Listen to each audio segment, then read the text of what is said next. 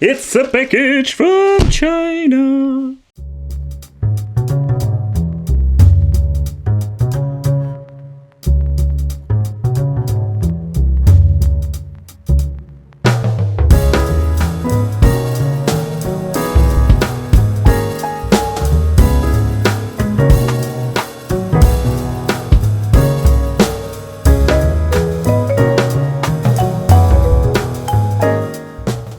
Welcome to the Wicked Gamer and Collector. Welcome back to the YouTube channel. So in today's video we are going to take a close look at the Beelink BT3 Green. This is the powerhouses of the Beelink series. This is not our typical Android box, no, because this is a Windows box. The Windows box comes with an Intel chip inside. We're going to do an unboxing and we're going to check out what are we going to get for our money. So stay tuned and let's go. Alright, so let's do an overview. What are we going to get? It comes with a 12 volt 2000 milliamp power supply with a basic barrel jack connection. It comes with two HDMI cables because we can connect two HDMI monitors on this little machine. A mounting bracket if you want to put the device behind your monitor and some screws. They're not giving you one but two cards, so if you're feeling satisfied or depressed. That's a very weird choice of name, but if you're not happy, you can always contact them. Alright, so here we have a basic card if you need any help, if you have any problems. Here we have the manual itself, basic manual with some explanations how to connect it. And here we have the device itself. Alright, let's do a little bit overview what we're going to get with this little me machine. Alright, time for some nerdy talk. Let's talk about the specifications of the product. The CPU is an Intel Celeron G33 55 2 GHz. RAM is 4 GB, 64 GB of internal storage. It runs the VGA through an Intel HD 500 and got dual and quad band, and the system is Windows 10 Home Edition. The only concern I have with this product is the Intel Celeron G3245. Maybe it's running on a 2 GHz clock and it's only basically in dual core. Windows 10 is pretty heavy system to run, so I was afraid that it's not powerful enough. So that's something we're going to find out. Stay tuned. At the front we're finding two USB 3.0, a headphone jack and the switch for powering on the system. At the back we're finding two USB connections, Ethernet connection, two USB out. At the back we're finding two USB connections, an Ethernet port, two HDMI and the input for the power supply. And at both sides we're finding ventilation.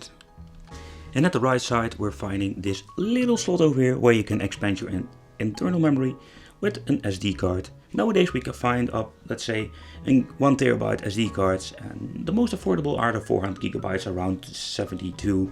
So it's very affordable and a very great option if you want to have a very small but a very high capacity of storage.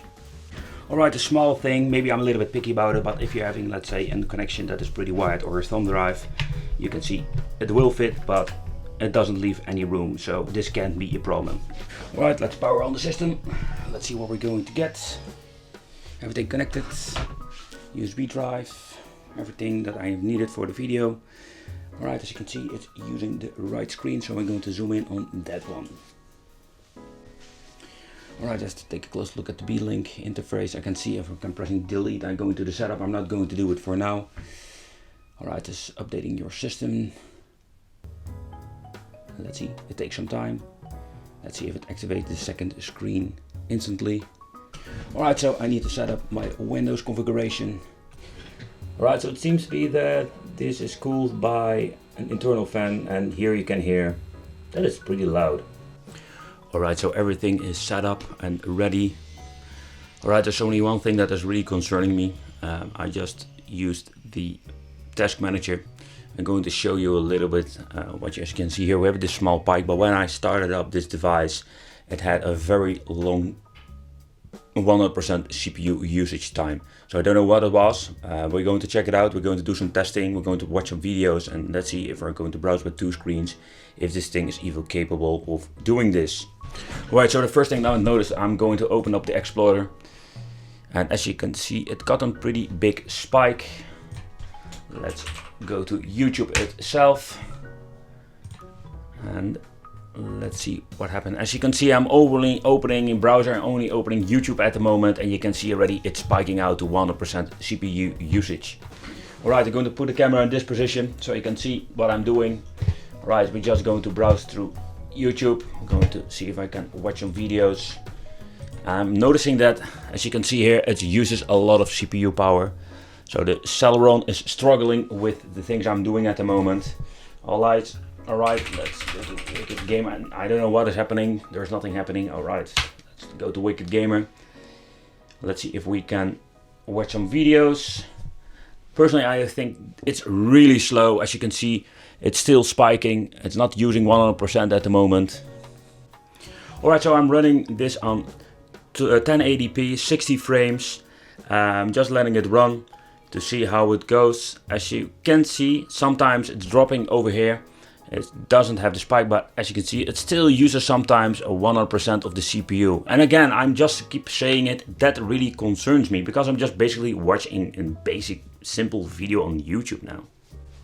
Alright, so for the final conclusion, if it comes to this BT3, let's say Windows Home 10 box, I am a little bit disappointed. They used a very low-end CPU. It's a new generation Celeron, but it can be compared with the E6400 dual core from 2009. And as you can see, it has a big problem. If you're just browsing the internet, it is every time it's throttling up to 100% usage of the CPU, and that's a big problem. So and overall, I think this is more for home office, maybe for, let's say, if you want to use this combined with a server.